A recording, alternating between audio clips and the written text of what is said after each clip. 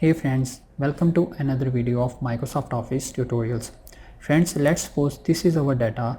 We have different type of shoes with total number of pairs available for each type of shoe. Let's say we want this output from this data. We want how much number of pairs, how much total number of pairs we have for jogger shoe. As you know, this jogger shoes term is not exactly available here. So how we can solve this problem? We will insert here SUMIF function, open bracket, we will select this range, comma, we will select criteria based on which we want to sum, again comma, we will select range that we want to sum. As we want to sum this total number of pairs, close bracket, enter. You will see simple SUMIF function will give you result 0. That is wrong. So how we can solve this problem? How we can sum total number of pairs for any kind of jogger shoes we have here?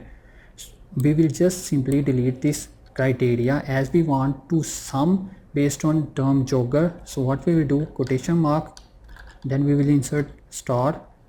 After this we will insert term based on which we want to sum, again star, quotation mark, enter, and you will see this will give you total of number of pairs for any type of jogger shoes we have here.